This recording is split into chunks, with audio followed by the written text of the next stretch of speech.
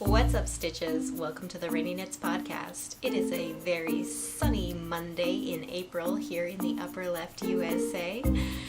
I'm Justine, and this is my podcast all about the things I am making with my hands and yarn. Thank you so much for joining me today.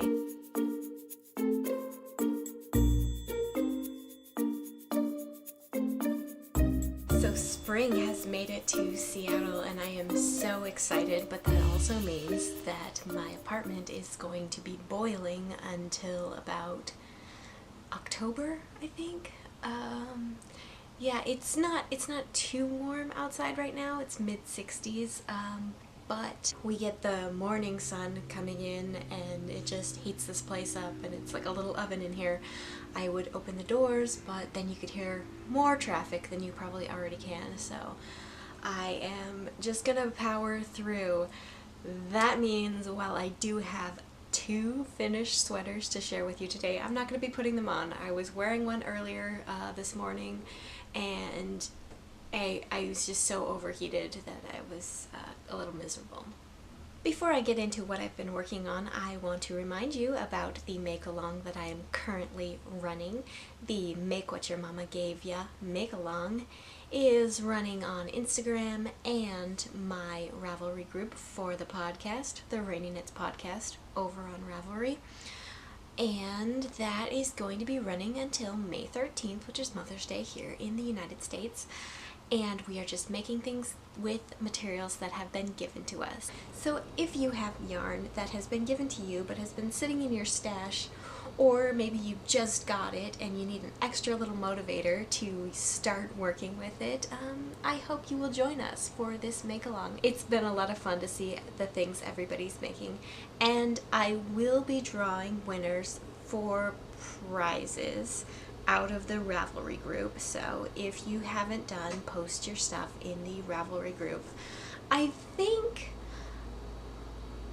yeah, it's a couple weeks away, so what I'm gonna do is just draw. It's just the chatter thread, and I was gonna post an FO thread as well and draw prizes from there, but I think I'm not gonna do that. So if you have posted anything on the chatter thread in the Ravelry group, you have been entered to win a prize. Let's move on to finished objects. My first finished object is my Alyeska Sweater. Da-da! So I really wanted to wear this today, but no, it's not gonna happen. I'm gonna be too warm. I would try it on for you, but there's a photo on my Instagram. You can go check it out. I do want to do a blog post. So when I started my website, I was doing like pattern reviews for most of the things that I was knitting, mostly like bigger projects. So I don't want to say look for a pattern review for this in the future, because I don't know if I'm ever going to get around to it, but I do enjoy, writing my thoughts down, and it's hopefully helpful to anybody who would want to knit a sweater that I've knit, but also it's helpful for me just to, when I'm going back, like with my quill sweater, it's kind of interesting to go back and read about my thoughts, because you kind of forget the process that goes into making these things. Anyways, this is Alyeska by Kaylin Hunter, who is Boylan Knitworks, and I knit this with Knit Picks Stroll, except for the yellow, which is a mohair held together with a light fingering weight, and the light fingering weight was Cascade Heritage.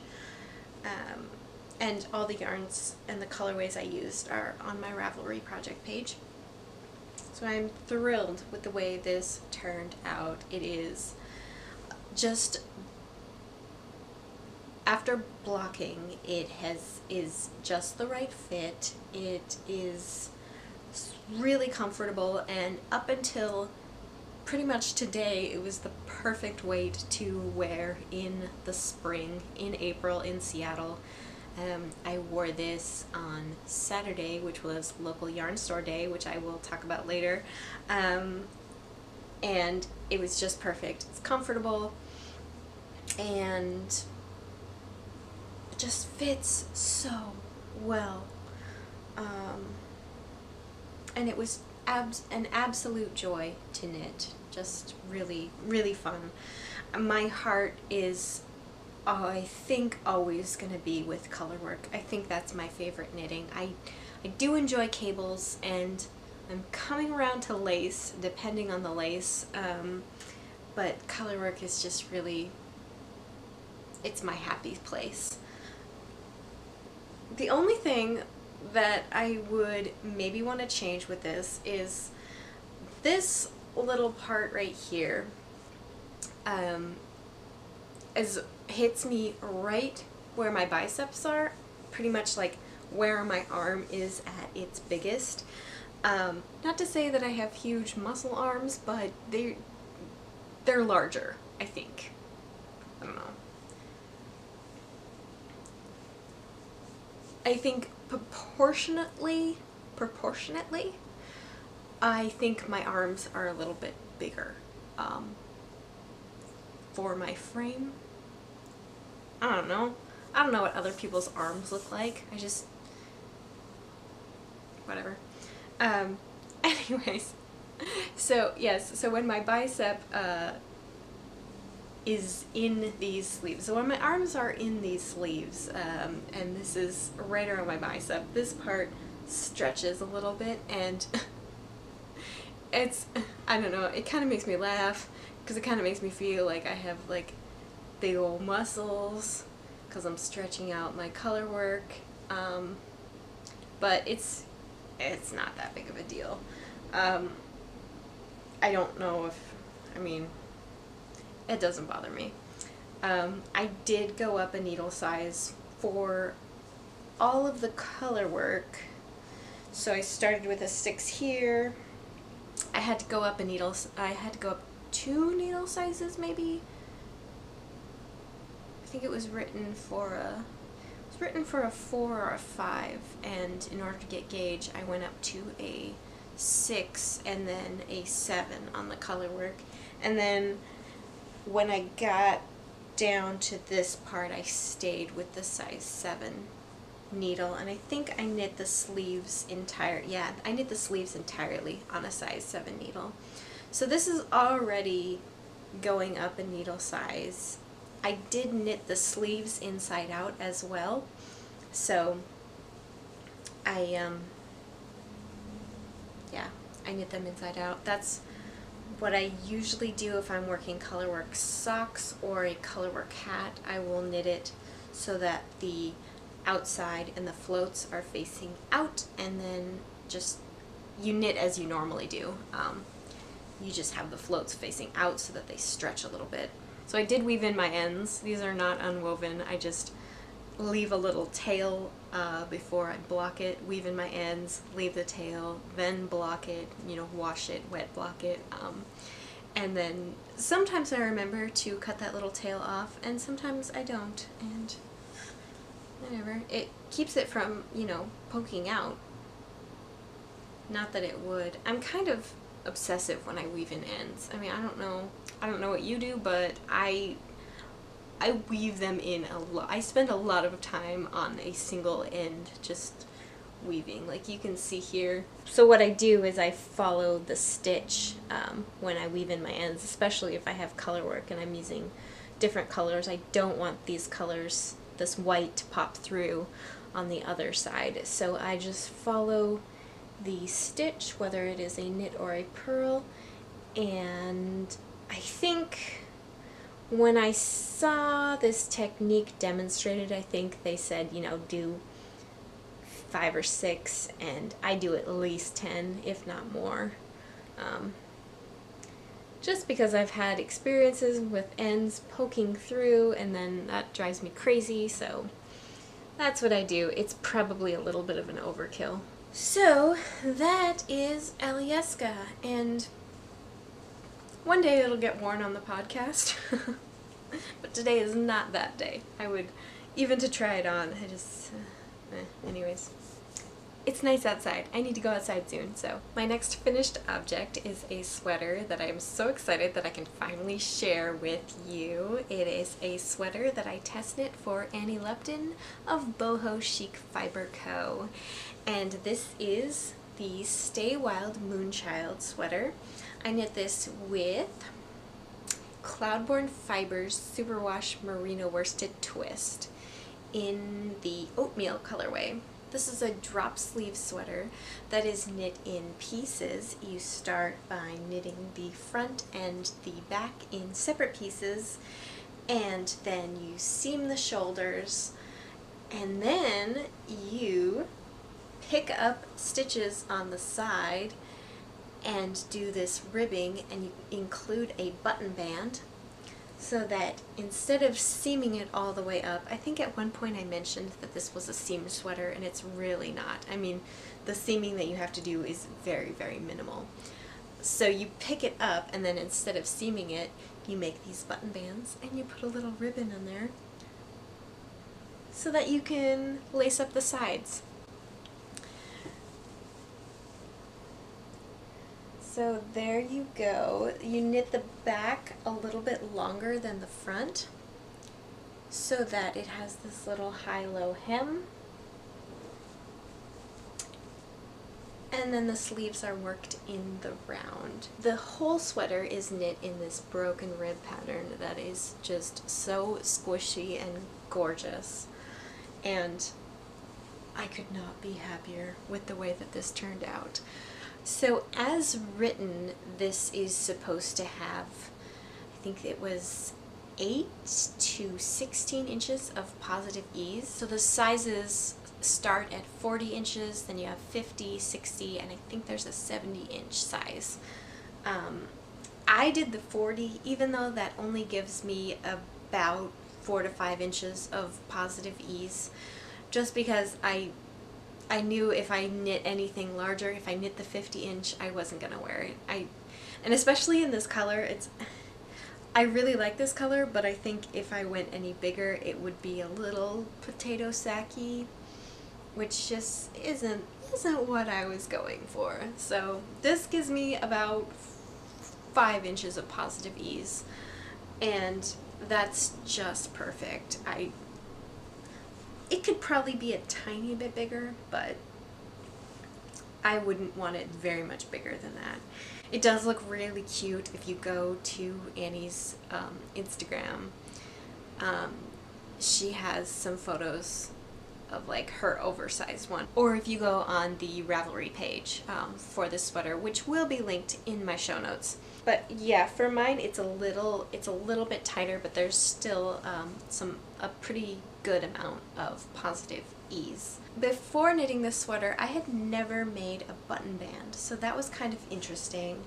And if you have never worked a button band and are interested in trying it, I think this would be a great pattern to kind of experiment with that, because I mean, usually your button band is going to be on your front, right? If you're working a cardigan, you're going to have a button band right down the middle, and it's going to be really obvious if, you know, you don't quite know what you were doing, or you make a little tiny mistake, which I did in this one. I did make a couple mistakes in my button band, but it's up the side, so your arms are already covering it, plus nobody's going to be looking at that because you've got your pretty ribbon there, so that's great. So this is the difference. It's kind of hard to show, and I will be posting photos. I'll put photos in here as well, but that's the difference. There's about 5 inches of difference between the front and the back, and it's perfect to wear with leggings. You get that booty coverage, and it's just like the perfect little sweatshirt-y, cozy sweater. I'm in love with it, in case you can't tell. So I did knit this with the Cloudborne Superwash Worsted Merino Twist, or whatever it's called, and the pattern calls for a worsted weight yarn, and I think I've mentioned this before, but the Cloudborne Superwash Merino Worsted Twist is a little bit lighter than a worsted. it's somewhere in between a DK and a worsted. I think it's not quite a DK, but it's definitely not a worsted weight, in my opinion. So I did have to go up,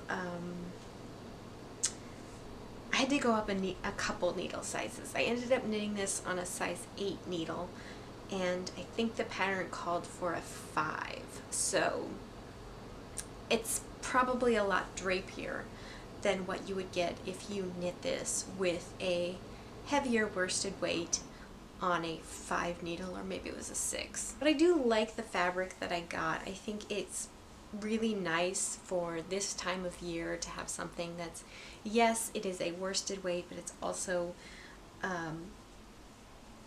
got a little bit more drape and has, you know, the fabric is a little bit more holy. What am I trying to say?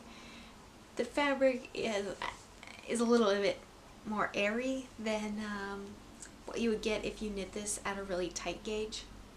I don't know. And it might be nice too to knit this with the tighter gauge, with this yarn, and just go up a size. I could have done that as well, but as this was a test knit, I wanted to do it as written, and I am super happy with how this turned out. I did run into something on the sleeves. So you've got these 2 flat pieces, and then you pick up this ribbing. You pick up and knit the ribbing all along the sides, so this is just like a big open thing. So you're working this ribbing on either side, you do your button bands, and then you pick up for your sleeves. No, that's not what you do. So you're working... Oh, Justine explains things. It's always an adventure. So you're working, you pick up and knit your button band. So you work all this ribbing, you work your little buttonholes. Then you cast off your ribbing until you hit this sleeve part.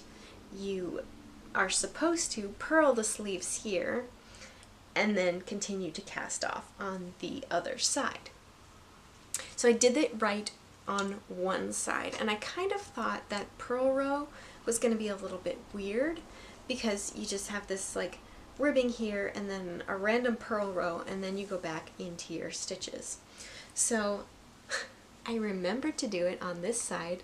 I did the purl row. This is as written, and it's kind of nice. Like, I was questioning it, but then I decided I really liked it because that kind of breaks it up and makes that ribbing row a little bit more defined from the rest of the sleeve. So it's kind of a cool detail. On the other side, however, I forgot and just was binding off, and then just started knitting, knit the sleeves, and then bound off. And it wasn't till after I had finished doing all of the bind off on the back that I realized that I didn't do that purl row. So I could have picked back all those bind offs and gone back through here and purled this row. I got too excited. I got too excited to talk about this sweater. Anyways, so the one thing that I might change is the size of the sleeves. There are a lot of decreases, and here I go bragging about my giant muscles again. You know, if you have big ol' arms like I do, the size 40-inch sleeves are, they're a little bit tight, and you do have this ribbing that kind of hugs in and squishes everything. Technical term. Yeah, it's ribbing, so it's gonna pull in together. So the sleeves are a tiny bit tight for my liking. For something like this, I want them a little bit looser, and if I had knit in the recommended size, in the 50-inch size, I would probably, you know, those ones are probably fine. But I think if this wasn't a test knit, I would have stopped doing the decreases. There are a significant amount of decreases in this sleeve. I'm gonna spit everywhere. Excuse me, that's rude. Decreases in the sleeve, I would probably not do quite as many. I thought about knitting the sleeves from the 50-inch size, one size up from the one I was knitting, but it's a test knit, so I didn't want to make my own modifications to that. I just wanted to knit it as written. If I was really motivated, I would rip these back and re-knit, but let's be honest, I'm not gonna do that. It's perfect. It's exactly perfect the way it is, and I'm very, very happy with the way it turned out. I haven't talked about the most fun part of this sweater, these little ribbon details. I mean, obviously. So a little silk ribbon is recommended, and I looked and looked locally to try to find some silk pieces for ribbons, and I couldn't find anything in my area. So I did order the silk ribbon from Hey It's Oh So Pretty on Etsy, and they have the cutest little packaging. I think there's their little card. So I think their main business is weddings for bouquets, and it looks like they've got, yeah, mostly bouquets. They've got a little ribbon tied around a cake, but yeah, very cute company. They are on Etsy. Hey It's Oh So Pretty.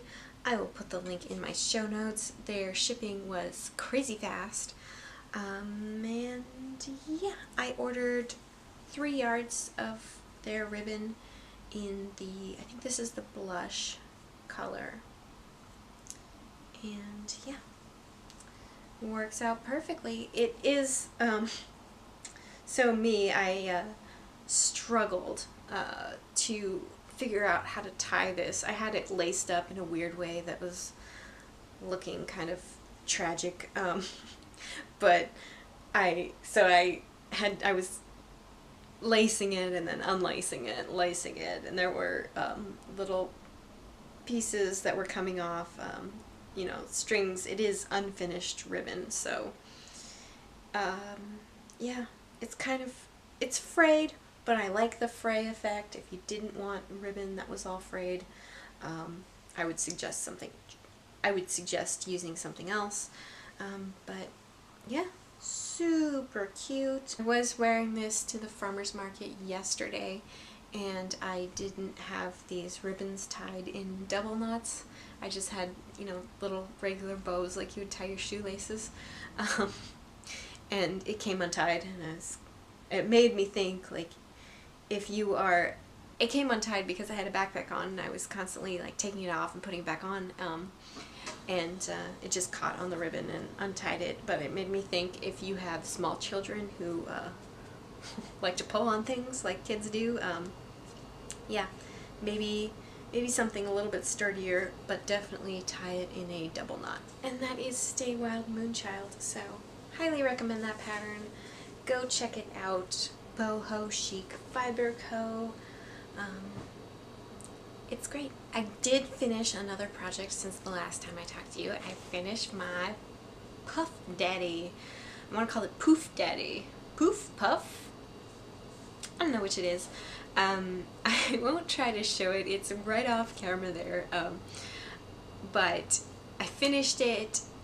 Essentially, I stuffed it with an old mattress topper, wrapped in fabric. I rolled that up. I stretched the knitted fabric that I made over it, sewed it up, and yeah, I had a poof. It's perfect. It gets a little misshapen, especially if somebody tries to sit on it. It kind of loses its shape, and I have to like squish it back together, but I'm super happy with the way it turned out. I think it's really cute. I wrote up a blog post about everything I did, so if you are interested and you'd like to make your own and you want to see like what I did, go check out my post on my website, which will be linked in the show notes. Yeah, I'm really happy with it. My wrists didn't feel great after knitting that. Honestly, like, I was kind of bummed that just knitting with something bulky like that is not going to be gentle on your wrists. So I'm not going to be doing any bulky knits anytime soon, but it was fun, and it didn't take as long as I thought it would, so I am happy that it's done. I'm happy that that project is done. But yeah, it was a good project, and if you want to learn more, like I said, check out my website. I have one whip that I'm going to show. I have one whip that I'm going to share with you today. I haven't worked at all on my socks that I haven't gotten any love in at least, I think it's been a month since I've touched those things. That's not true. I did touch them because I was making stitch markers for someone who wanted smaller stitch markers. So if you haven't watched the podcast before, I make wire stitch markers and sell them in my Etsy shop. She wanted teeny tiny ones that would fit up to a US size 2 needle. So I was playing around with those, and they're really fun to make, and they're really, really cute. And if you're interested, go check out my Etsy shop. Shameless plug. But I did test them on my Kings County socks, which is a really cute pattern, and I just have no sock mojo. It's gone. But I did want to test my stitch markers because I don't want to send somebody something that I haven't personally tested. And so I worked one row on my Kings County socks just to test out those teeny tiny stitch markers, which work really well, and those are the ones I'm going to be using from now on when I knit anything on a size 2 or less needle. But that doesn't really count as working on them because it was one row, and that's not good. But the whip that I have been working on is my top by Andy Satterland. The Zinone, I don't know, this top. And I finished the lace, and I am so happy to be finished with this lace. It looks really good, and I'm really glad that I powered through, but I mean, it's going to be a long time before I start another lace project. And somebody brilliantly suggested to just switch out the lace and find a pattern that uses kind of similar stitch count but isn't so difficult to wrap your brain around, and I wish I would have thought of that, but I didn't. I was stubborn and powered through this, and it did start clicking once I did the left side, and then once I started the right side, it started making sense to my brain, and I wasn't having to like stop every single row and rip back and do it again. It was like, okay, I understand where this lace is going. Yeah, it only takes you to the last part. So anyways, I started the striping, which makes me so happy. In case you don't know, I am obsessed with stripes. I am knitting this with Claudia hand-painted yarn in the Oh Baby base, which is a 55% merino and 45% silk. So this is going to be a really nice summer top, and if I had finished this, I'd be wearing this today, but not going to happen. So I bought these in a set, so I got 4 skeins of 50-gram hanks, skeins. I think skein means something different than what I'm using that as. I think technically they're hanks when they're twisted up like this. And skein is when it's in more like a ball, but not like... I looked it up a while ago and then kind of I forgot, but I feel like I'm just gonna say skein. Anyways, so yes, they were 50 grams, each, and about, let's see, I think it was 175 yards in each one. So I have 700 yards total, 350 of each color. As written, there's no stripes in this pattern. I'm adding the stripes because I don't have enough of a single color. So I used an entire, well, you can kind of see for some reason where I switch colors. There's a little line right there is where I switched, not colors, where I switched into the new ball. So I used an entire one of the natural color, and plus a little bit more before I started doing the striping, and I am just about through the first one of this is the salmon color, just about done with that. I have another one of these, and I think this is a little less than half of the white left over. So that's why it's decided to do the stripes. I'm doing 4 rows of the salmon and 2 of the natural in each stripe, just to make my yarn last a little bit longer. So we'll see. The pattern does include a crop length and a full length option. So we'll see how far. I'm gonna knit until this white is gone. I was a smart little cookie, and for once, and picked up and knit the neckline before I started doing the stripes. So the neckline as written is one of the last things you do, and I just did it before I started doing the stripes so that I could just use this up till the last little bit. So if it's cropped, that's okay. I think I'm going to make it, it might not be exactly as long as the full length version is written, but I think I'm going to make it a little bit past the cropped length. If I don't, that's okay too. But I tried this on, and it is so cute, and I am so excited to wear it. But yeah, just stocking it from now on. That's awesome. That is my top. So Saturday was the first annual local yarn store day, and I had a couple hours in the afternoon. So I walked up to the Fiber Gallery, which is here in Seattle, and it was also their 2-year anniversary, so they were having 20% off all the yarn in the store. So I've been looking at my stash, and I've been doing really well with my year of the stash. So far everything that I've knit has been yarn that has been in my stash, and I haven't bought yarn.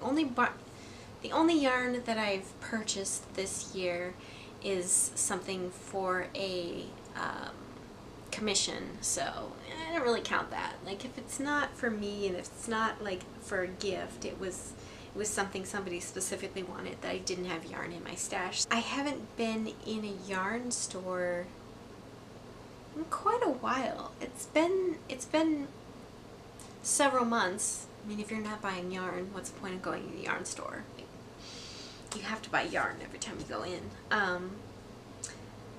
But yeah, I've been looking at my stash and thinking about future projects that I want to work on, and I decided that I would go and see if I could find a sweater quantity. Yeah,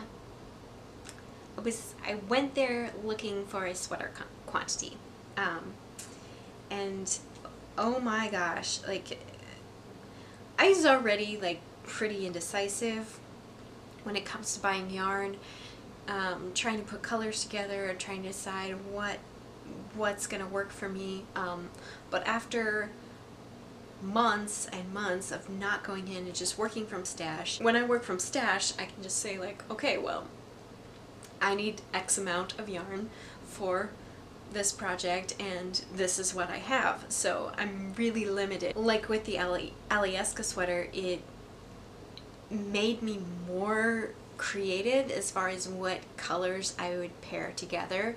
Like, if I was in a yarn store, I would have never picked all those greens, but it was in stash, and that's what I had, and that's what I liked, and that's what worked for me. But man, going into a yarn store and just being faced with all of that, all of those colors and all of those options was just, I think I just was in one place staring at one little section for at least 20 minutes. It was, I mean, they understood. They're very nice there.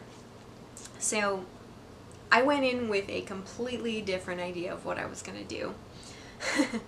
But I ended up in the Manos del Uruguay section, and this is the Alegria base, and I've worked with this base before, and it is really, really nice to work with. It is just lovely.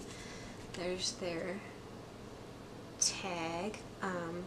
So I saw this blueberry, so I was looking for a sweater quantity, and my original idea was something with a colorwork yoke and like a lighter, maybe cream, maybe gray, main color with, my idea was like sort of like a gradient or a tonal, not tonal, but something with a lot of colors in it for the yoke. So I wanted like highly contrasting, but like lots of different colors for the yoke colorwork part, so that it would kind of like change and be like a variation in the colorwork. Then when I saw this blueberry color, I couldn't resist. I thought it's just gorgeous. And I don't have a blue hand knit sweater. I mean, my Modern Sailor has blue in it, but it's mostly gray. And blue is my favorite color by far, and so I should have a blue sweater. It's got like a darker, and then it goes lighter, and just, yeah, helpless. And they had 3 skates of it, so I got that. And then to pair with it, and then to go with it, it's kind of one of those things, like, I wouldn't put these two together, but just staring at the wall, these are the ones that spoke to me. I wouldn't necessarily put these together, but I just couldn't leave this blushy, this one is called Petal, and this is a 75-25 merino polyamide, yeah, blend, and I don't know, both of these just spoke to me, and so I'm not 100% sure either, so I don't know exactly which sweater these are going to make their way into, and I also don't know if these are going to actually end up together, because I didn't want to do this with a gray. I think it looks nice with the blue, but we'll see. I'm still indecisive, but I'm just kind of waiting for inspiration to strike as far as which pattern these end up in. I also picked up this sock yarn. This is Araucania yarns in their Huasco sock. It's a hand-painted superwash wool blend. This is also 75 superwash, 25 polyamide, and yeah, these are fun colors. I kind of they had boxes with yarn that was 40% off, and so this was just a total impulse. Like, I don't know what I'm gonna do with it. But when I brought it home, Mr. Ranney Knits looked at it and was like, "Oh, I like that. I really like that." So not colors that, well, now that I look at it, now that he said he liked it, I went, okay, yeah, I see that. The man is not afraid to wear bright colors. So, I don't know. Maybe I'll make a pair of socks for him. I have been wanting to cast on a pair of vanilla socks, because I think maybe that will get my sock mojo back. I've been doing patterned and colorwork socks, and maybe I just need a pair of vanilla socks. But a men's pair of vanilla socks. So that is all my yarn and knitting content for today. Thank you so much for tuning in. I have new stitch markers listed in my Etsy shop, so if you're interested, go check that out. If you enjoyed this video, please give it a thumbs up, and if you would like to see more from me, please subscribe to this channel. I always appreciate feedback, so if you have a question or want to chime in, leave me a comment down below. Thank you so much for tuning in today. Be well, happy knitting. I will see you next time. Bye!